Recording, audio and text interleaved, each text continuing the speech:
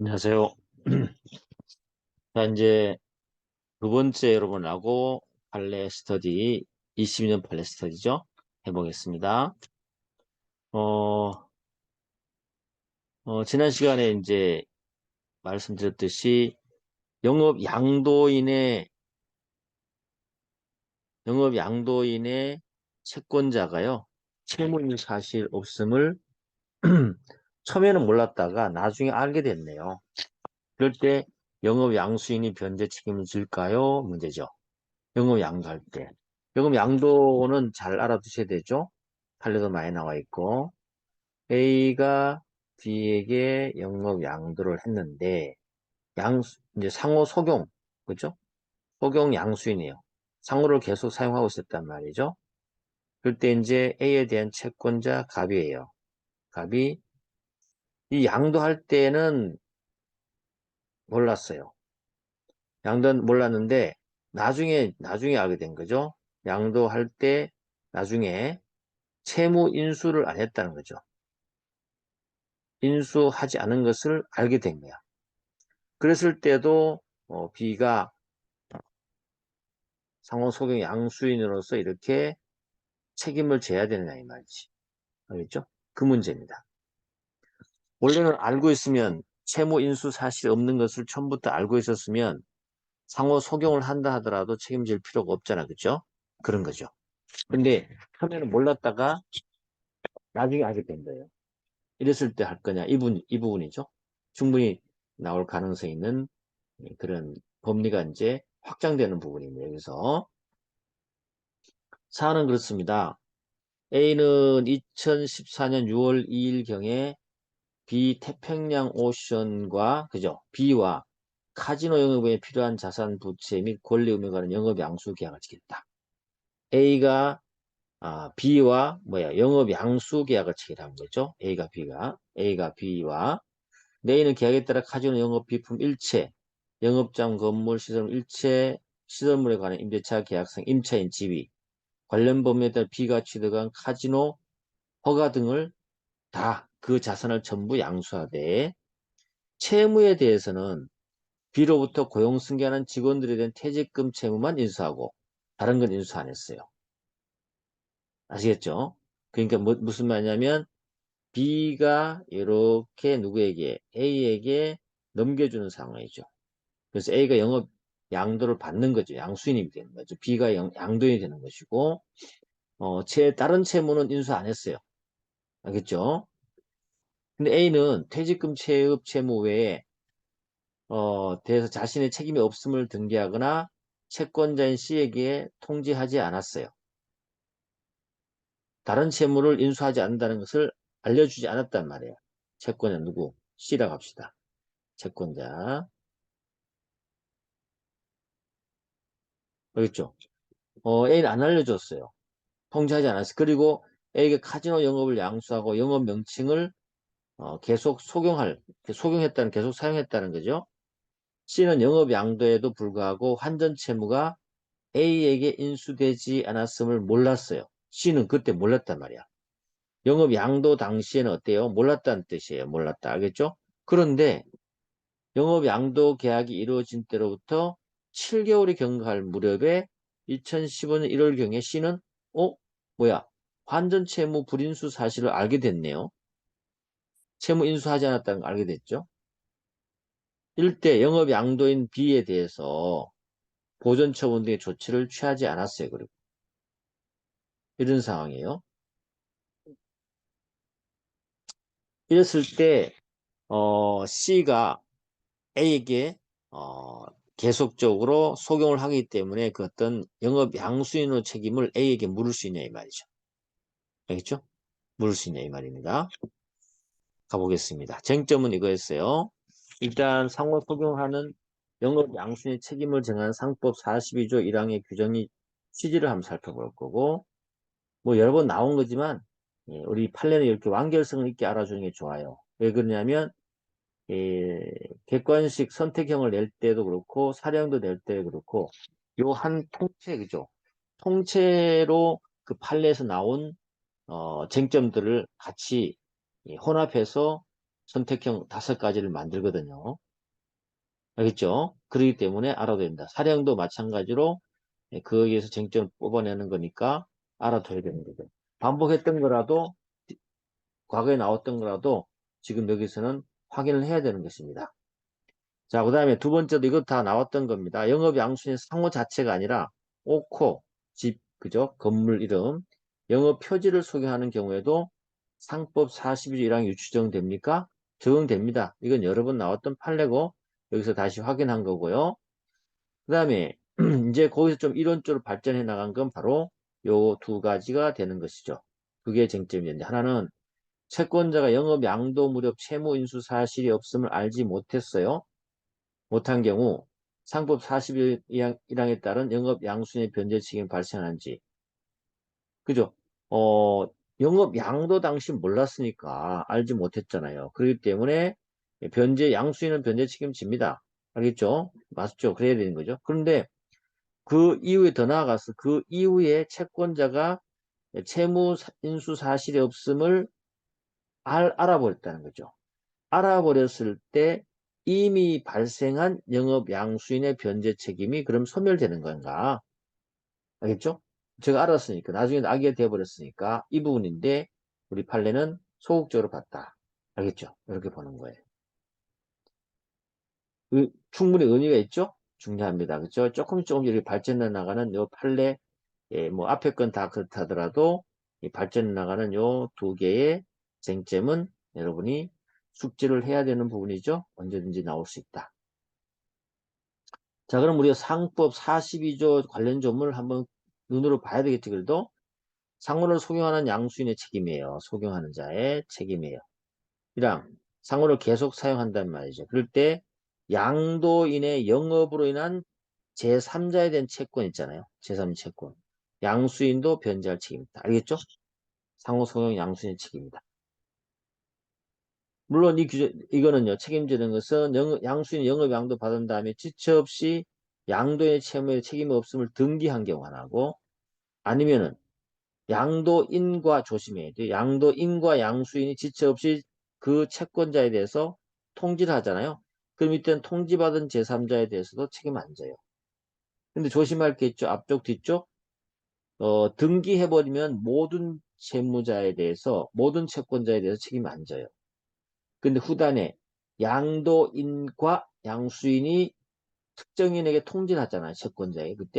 그때는 통지받은 제3자에 대해서는 책임이 안 지는 것이고, 다른 채권자에 대해서는 또 책임을 져야 돼요. 아시겠죠? 그래서 42조 1항, 2항이 어떤 건지 조문을 항상 이렇게 관련 쟁점 나오면 함께 보는 습관을 갖추는 게 좋습니다. 자, 그럼 가보죠. 상법 42조 1항의 취지는 뭘까요? 뭐 아시겠지만 영업상 채권자의 채무자에 대한 신용. 그쵸? 영업상 채권자는 영업상 채권자죠. 누구?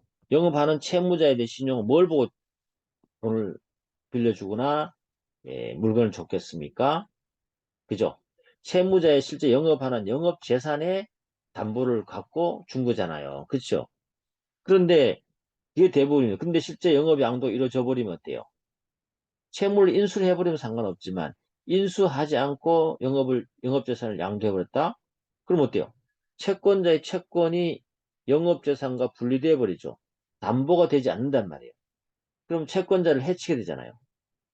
그렇기 때문에 결국은 채권자가 채권 추구의 기회를 상실해버린 거기 때문에 영업 양도 방법이 채용됐을 때는 어, 저 양수환자 도대체가 어, 채무를 인수하지 않았음에도 불구하고 상호를 계속 사용하는 자가 같이 대외적으로 책임질 수 있게 외관법리에 따라서 채권자 보호하기 위해서 규정을 둔 것이다. 알겠죠? 42조랑은.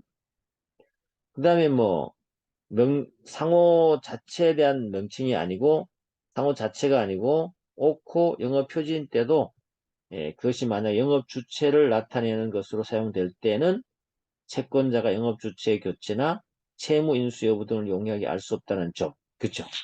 그렇잖아요. 채권자 영업 주체의 교체나 채무 인수 여부 등을 용이하게 알 수 없다는 점에서 일반적인 상호 소경과 다를 바가 없다는 거죠. 그래서 이때도 특별한 사정이 없는 한 유추적용한다. 그렇죠? 이 법리를 알아두셔야 돼요.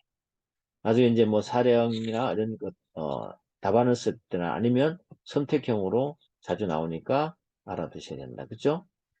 자, 추가적으로 이제 아까 발전했던 내용을 살펴보면 상호를 소유하는 영업 양수인 책임은 채무 인수가 없는 영업 양도에서 채권의 추구의 기회를 빼앗긴 채권자를 보호하기 위한 것이다. 그렇죠? 그래서 영업 양도에도 불구하고 채무인 산세 없다는 것을 알고 있는 악의의 채권자를 보호할 필요 있어 없어요? 없죠. 그죠?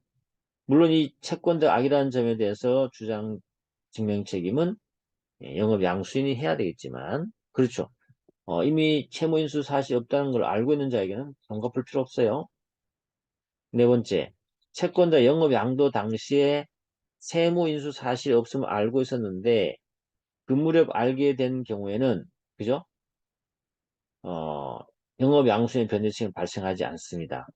그 채권자 영업 양도 무렵 채무인 사실이 없음을 알지 못한 경우는 변제책 그죠? 알지 못한 경우는 변제책이 발생하는 것이고 이후에 채권자 채무인 사실이 없음을 알게 되었다 하더라도 이미 발생한 영업 양수인의 변제 책임을 소멸하는 건 아니죠. 그렇죠? 아니다. 그렇게 알아두시면 되겠습니다. 됐죠? 이 판례 중요한 것이다. 자, 하나 더 해보겠습니다. 그러면 오늘은 영업 양도인의 경업 금지를 주장할 수 있는 자의 범위. 이것도 이제 전전양도 됐을 때 책임지느냐 문제인데 한번 이것도 꼭 알아둬야 될 것 같아요. 22년 12월에 나온 거니까 늘 나올 수 있습니다. 예를 들면 이때요. 가변요. 2010년 3월 무렵 고양시에서 3일빌딩이라는 가명을 쓴 겁니다. 제가. 별다방 커피점도 제가 가명 쓴 겁니다. 운영하다가 요게 중요해요.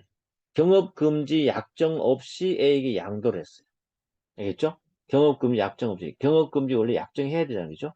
양도했다. 그래서 A는 또 B에게 또 B는 또 을에게 알겠죠? 을에게 별다방 커피숍을 순차 양도했고 을은 계속해서 현재까지 이 별다방 커피숍을 운영하고 있단 말이죠. 근데 이 별다방 커피를 넘겨준 갑이죠. 갑.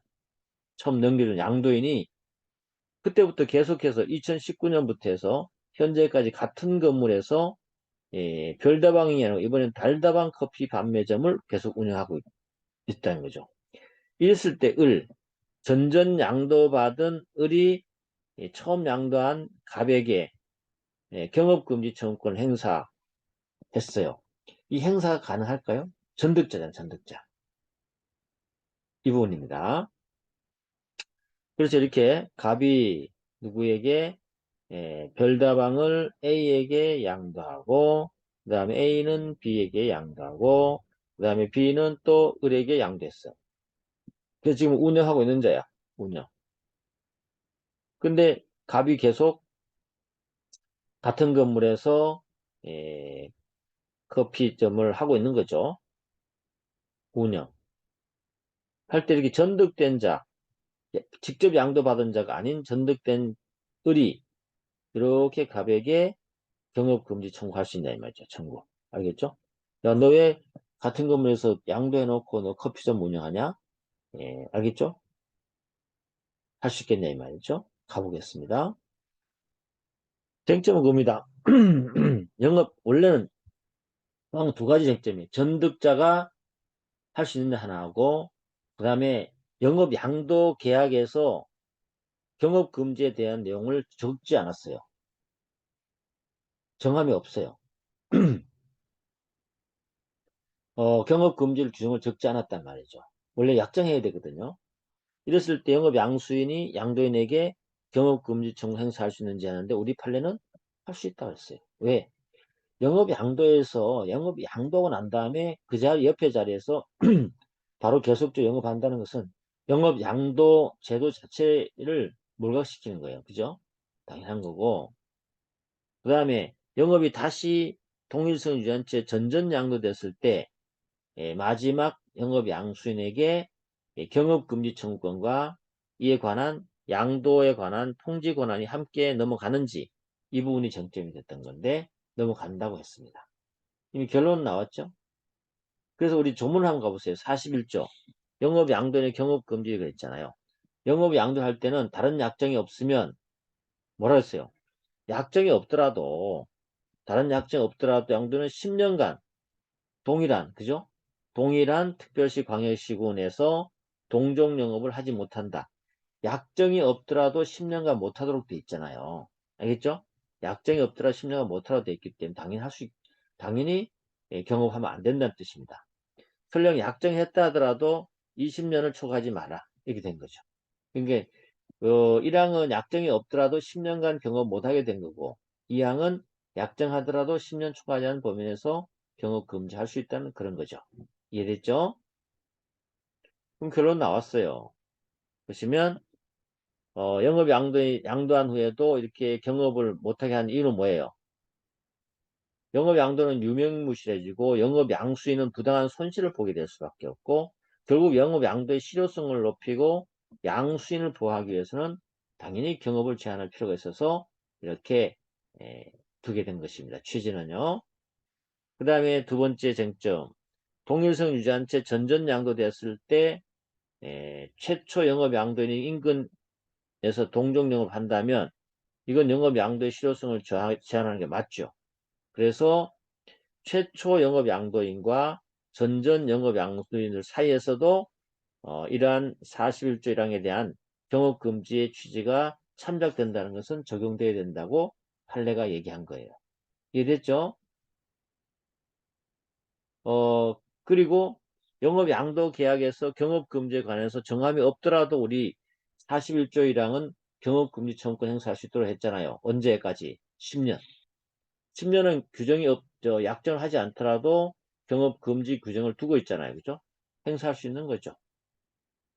그리고 또 나아가서 양도를 제한 특혜가 없다면 양도된 영업이 다시 동일성 유지한 채 전전 양도됐을 때는요. 이 영업 양수인의 경업 금지 청구권은 영업 재산의 일부로서 영업과 함께 양도됩니다. 알겠죠? 양도된다고 판례가 얘기하고 그 다음에 지명채권인 경업금지 청구권의 양도에 관한 통지 권한도 함께 이전된다고 보는 거죠. 그래서 경업금지 청구권은 영업재산의 일부다라는 것을 하나 알고 있으면 되는 거죠. 그리고 또 양도될 수 있다는 거, 또 경업금지 청구권의 양도에 관한 통지 권한도 함께 양도된다. 라고 알아두시면 되겠어요. 그럼 사안 해결하면 어떻게 돼요? 답은 경업금지에 다른 약정 없이 A에게 커피점을 양도하고 동일성 유지한치 B를 거쳐 을에게 차례로 양도될 것도 맞죠. 그럼 최종 양수인인 을은 영업과 함께 A가 41조 1항을 근거로 취득한 경업권의 청구권 및 그에 관한 양도 통지 권한을 전저 양수받았자. 그죠? 그래서 최초 영업 양도인 갑에게 경업금지를 청구할 수 있습니까? 있다. 있다. 됐습니까? 결론 나왔죠? 자, 오늘 두 번째 강의도 여기서 마무리하도록 하겠습니다. 수고했습니다.